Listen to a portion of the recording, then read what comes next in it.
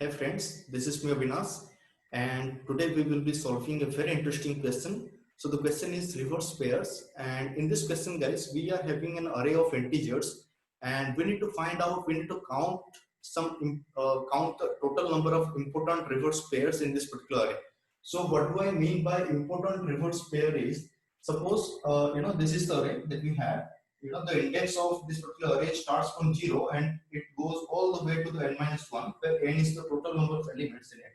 Suppose there in this boundary, that means from 0 to n minus 1, let's say there are two indices existing, that is I and j. Okay, and we will call a pair a of I, a of j as a important reverse pair if and only if these two conditions are getting satisfied. That means a of I need to present before a of j, and that should be strictly lesser than j. I should strictly lesser than j, and a of I should strictly greater than twice of a of j. All right. So let's say that we have this particular array. All right. So if I would just take 3 and 0, right? Can I say that 3 is basically present before 0? So the first condition is getting satisfied. Now, if I would just check if this pair is for this pair, this condition number 2 is getting satisfied or not, then I can say that 3 is basically greater than twice of 0, right? So obviously, for this particular pair, both of these conditions are getting satisfied. So I can say that this particular pair is a valid important reverse pair, right? So we can count it. So we need to count all such important reverse pairs in this particular array, and we need to return it. So I think the question is pretty much clear to you. Let's see how can we solve it.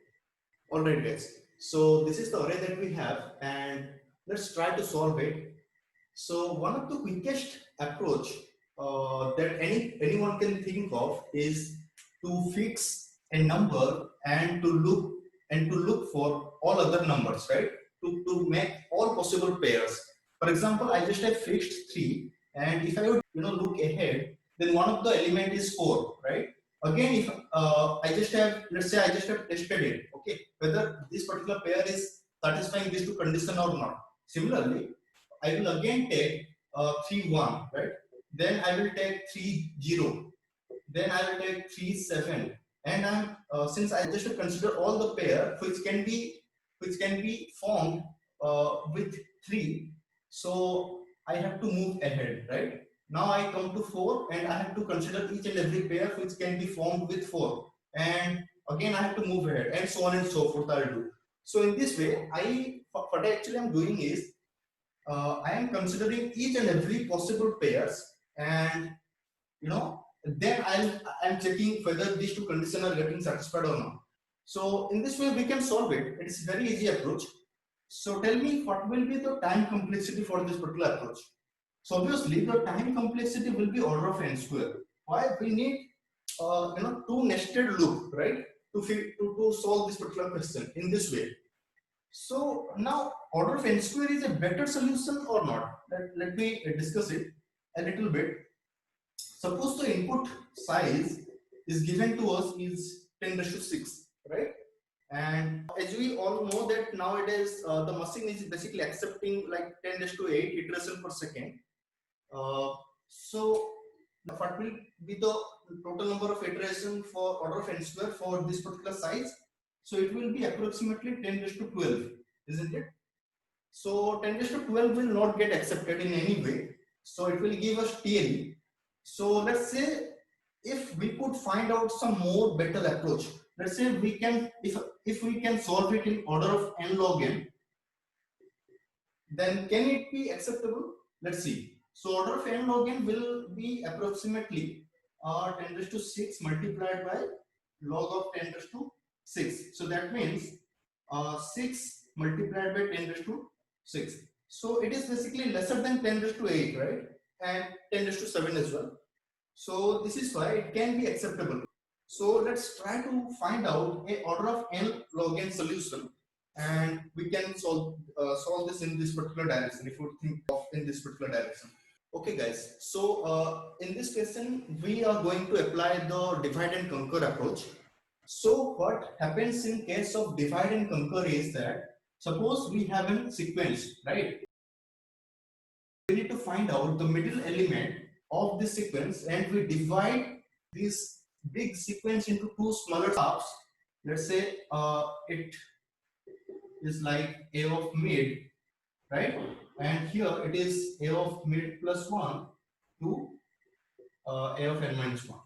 Okay, so similarly, I will again divide it to two chunks, right? And this process will go on further until I encounter that the array is having only one element. I will stop there, and I will do some calculation on both of these arrays, right? I will do some operation to both of these arrays, and after doing that, I have to merge it. Since I just have divided everything, now I have to conquer it. Okay, I have to merge it. So what we usually do is we usually merge the two arrays, right, together. So that means whichever function is basically calling all these things will get replaced by the modified array, right? Modified elements of the array. So let's say that it has been modified. Similarly, due to these two array, this particular array will get modified. Now we again do some operation on these two big arrays, big chunks, and again we will have to merge it together.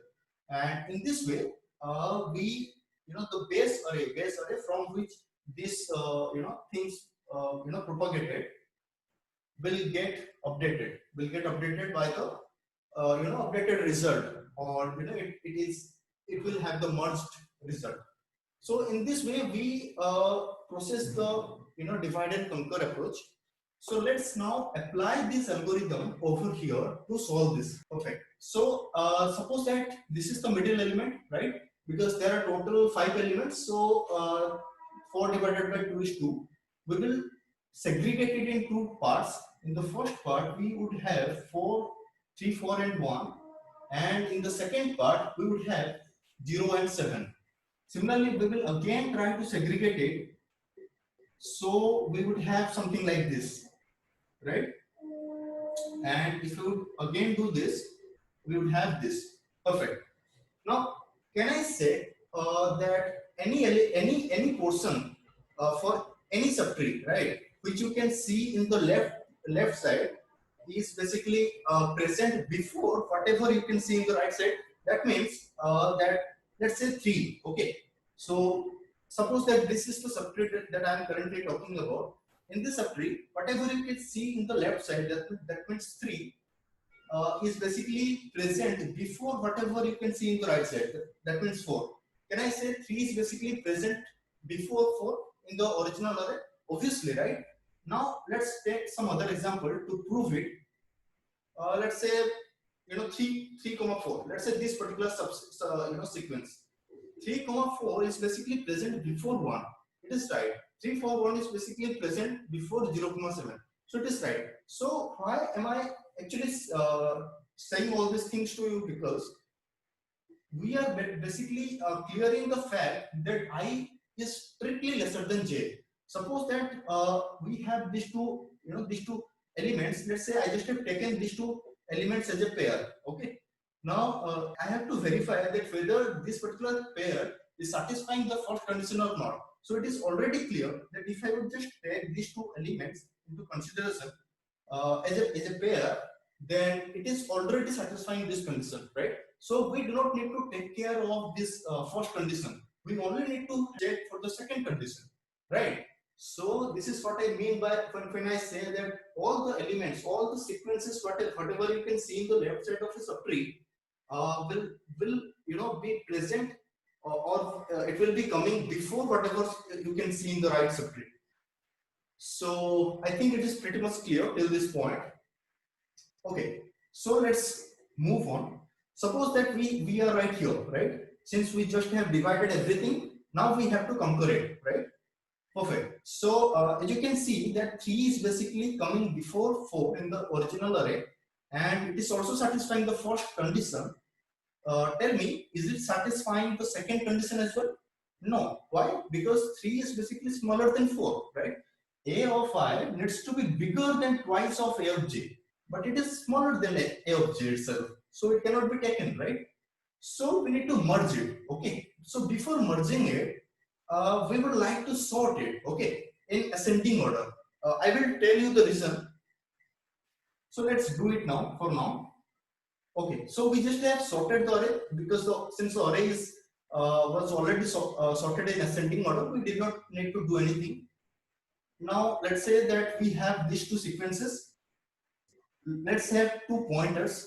Okay, the first pointer is I, which is basically pointing to the very first element of the first array, and let's say we have another pointer which is j, which is basically pointing to the very first element of the second array.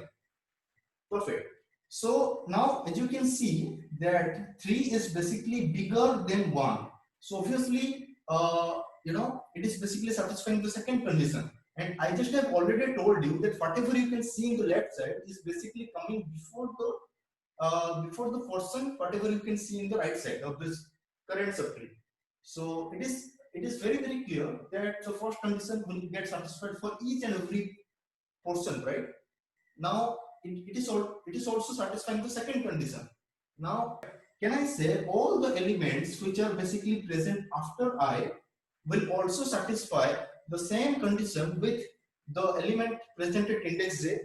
So what am I saying is that suppose this is the array where the 3 is basically coming and there are some more numbers present. Okay, this is the first array and we have something a of j and there are some numbers.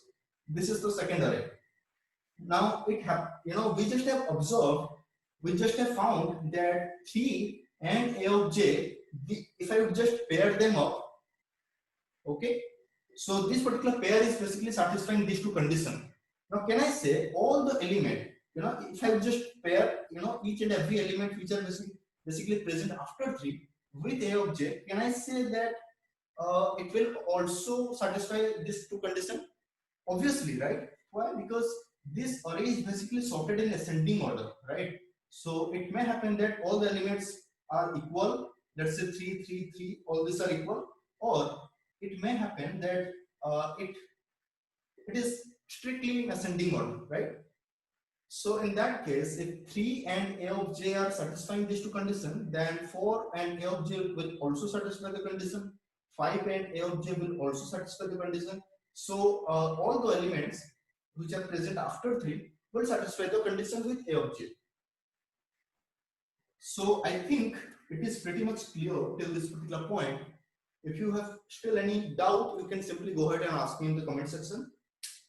Perfect. So tell me, whenever I see such behavior, whenever I found that for any I and any j, the conditions are getting satisfied, what will be the answer? So can I say that if the size of this array is n, right?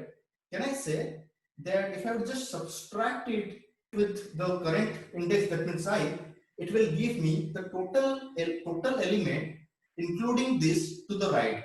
Okay, so that means there are total 2 minus 0, that means 2 elements which can be paired up with array of j which can satisfy these two conditions, right? So which are those pair?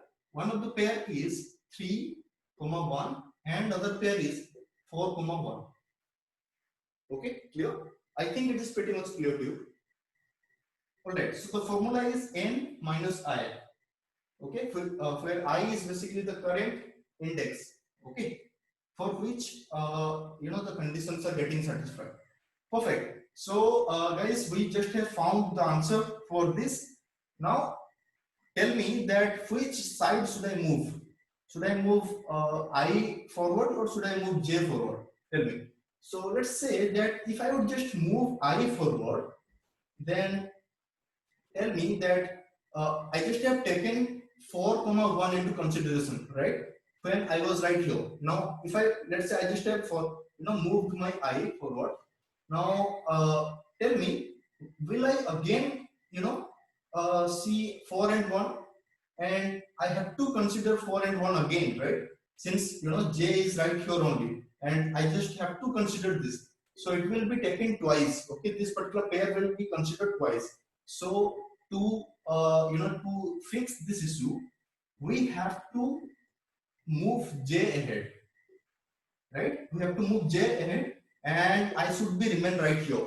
Okay, so we have to consider all such numbers, all such pair which can be paired up with current I, right? And whenever it is not possible, whenever we observe that it is not possible, we will try to move I forward. All right. So since we just have noticed that j is basically exceeded the limit of this particular array the boundary. So we say that okay, there are no more elements to look into it. So what will I do is I will simply merge these two arrays by sorting all the elements in these two arrays. So after sorting, the array element will look like perfect. So this is the array element now. So see, we just have merged, all the subtrees together to form this, and we just have found the answer, till this point. Now we have to segregate this particular array into two chunks. In the first chunk, we would have 0, and in the second chunk, we would have 7, right? And as you can see that 0 is basically smaller than 7, so it cannot satisfy the second condition. So we have to just, we just have to sort it and merge it. So now we just have merged these two arrays together, right? So let's say that this is the array, this is the I, right? The pointer I, which is basically pointing to the very first big element of this first array. And let's say that we have another pointer j, which is basically pointing to the very first element of the second array. I see that 1 is basically greater than 0 and also satisfying the second condition. So can I say, if I just pair all these three elements with 0, all of them will satisfy these two conditions? Can I say? Obviously, right? If I would just take 1, 0, so that means 1 is basically greater than 2 into 0, right?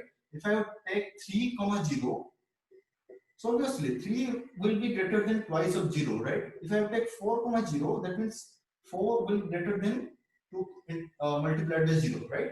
So that, since we just have discussed that the formula, so it will be n minus I, right? So here I is basically 0 and n is basically 3. So it will be 3 minus 0 will be 3. So whenever I see that for any I and j, the conditions are getting satisfied, we will take all the elements, including me, to the right? So such that they will also satisfy the same two conditions, right? For index j. Okay. Perfect. So what will I do right now is that we will move j ahead, okay, and again we will consider 1 with 7. Now since 1 is basically smaller than 7, it cannot be, it cannot satisfy the second condition. So we have to move I forward. Again it is smaller than 7, so we have to move I forward. Again it is smaller than 7, so we have to move I forward, and we reach to the end of the array. So we have to sort all those elements together, and we need to merge it. So we just have find out our answer. So the answer will be obviously 3, 1, then 3, 0, then 4, 1, then 4, 0. All right. So these are the answer, right? If I'm not wrong. So I guess the question and the approach itself is very, very clear to you guys. So the time complexity for this approach will be order of n log n. Since we are not running two for loops, we will simply modify the merge sort algorithm a little bit to solve this particular question. So I think it is pretty much clear. If you have any such doubt, you can simply go ahead and ask me in the comment section. Now let's code it out. All right, guys. So this is the question that we would like to code for. And since we just have discussed that we will be using a divide and conquer algorithm in order to solve this particular question, so let's code it out. So tell me, if the original input array is empty, then what will be the answer? How many pair will be there which would which would basically be the input and reverse pair? So there will be nothing, right? So I can simply go ahead and return 0. So now let's say there is let's say we just have declared a variable count, which will be which will be used for counting the total number of important reverse pair in the array, and we just have declared it in the global, so we do not require to pass it in any function, right? So let's say we just have a function merge sort, right? So in this merge sort, we will keep on dividing the same array until we encounter that there is only one element present in any array, right? So for that, we will pass the array itself and the low point, which is basically the first index of the array, which is 0, and the high will be total number of element minus 1. Since the index is basically starting from 0, so the end will be n minus 1, right? So after merge sort, let's say we just have the count ready, right? So what will I do is I'll simply return the count, right? Perfect. So let's clear the merge sort. Perfect. So we will handle some base conditions since we will be writing the recursive function. But let's first go with the flow, and whenever we require any base condition, we'll write it. Perfect. So first of all, we have to find out the middle element of the low and high. So middle is this, and we have to keep on dividing the array, right, until we see that there is only one element left in the array. So the division will be happen from the middle element itself. So the first division will be from low to mid, and the second division will be from mid plus 1 to high. Perfect. Cool. So whenever we see that the low is basically equal to high, that means there is only one element in which both low and high are pointing to the same element, then we will return back, right? So now we just have two separate arrays. Now we have to merge them, right? So let's say we just have merged the array in which the low point will be low and the middle. Okay, why we should pass the mid? Now tell me that since we just have discussed in the intuition that the answer for any answer when we see that any ith element is basically getting paired off with any jth element which is basically satisfying these two conditions, then we just have discovered that the answer will be n minus I, right, where n is the total number of element in the left array, right? So what will be the n? So the n is nothing but the mid plus 1. Why? Let me tell you that suppose that this is the first array and this is the second array which has been divided, right? So this is the first array. Now tell me what is its size? So since it has been divided from the middle element itself and the first array will include the middle element.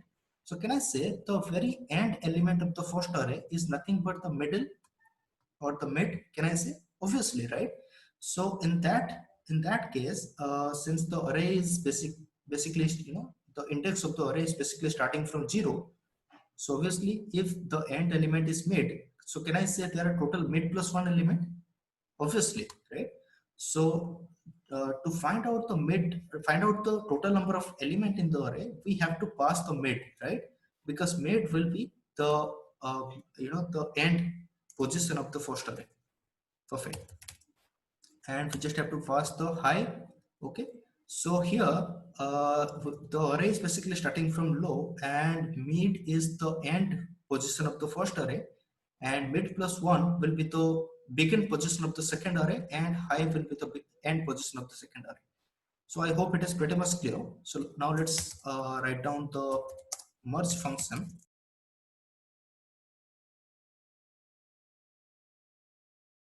Perfect. All right. So tell me that what will be the starting position? The starting position will be low. And what will be the starting position of the second array? So it will be mid plus 1, right? And we will say whenever I is basically smaller or equal to the mid element and j is basically smaller or equal to the high element, since mid is the end element of the end position of the first array, and high is the end position of the second array. And we see that array of I is basically bigger, strictly bigger than twice of array of j, right? Then we just remember, we just have just found the formula that we will count. There are total mid plus 1, that means n minus I element, which can be paired off with the jth element in order so that the condition, which is this, will be satisfied. Perfect. All right. And along with this, we have to move the j ahead. Okay, not I, as we have already discussed. Else, we have to move I ahead. Okay, since why we should move I ahead, because in that case ith element is basically smaller than the jth element. Okay, now every time we just need the ith element to be bigger than the jth element, so we need to move that ahead, right? Okay, perfect. So after all this suppression, we have to merge it, right? But before merging it, we just need to sort the array. But remember one thing, it's very important, guys, that in while discussing the intuition, we had seen that we in each recursion step we were getting very small array, right? But in the real case, we will not get a very small array, we'll get total array, right here. This particular array will be having this big array, right? Now we have to only calculate a very specific portion to merge, right? Or to sort, or whatever we would like to do. So we have to handle that. So let's say that this is the low and this is the high, right? So we'll only sort this particular portion, not the entire array, right? So it's a very interesting case. So we have to sort from array.begin plus what is that, low, which is the which is begin element of the array, and to array.begin plus high plus 1. Okay, so this is the portion that we would like to sort, and we just have merged the array, and we can simply return out of it. Perfect. So I think it is pretty much clear. So now let's run it. All right, it is accepted. So now let's submit it to see whether it is actually working or not. Okay, so okay, 2 into int max. Okay, so let's see the constraint. So all the numbers of the input array are in the range of 32-bit integers. So that means it can be much bigger, which can be held with a long type, right? So let's typecast it. Now it should work.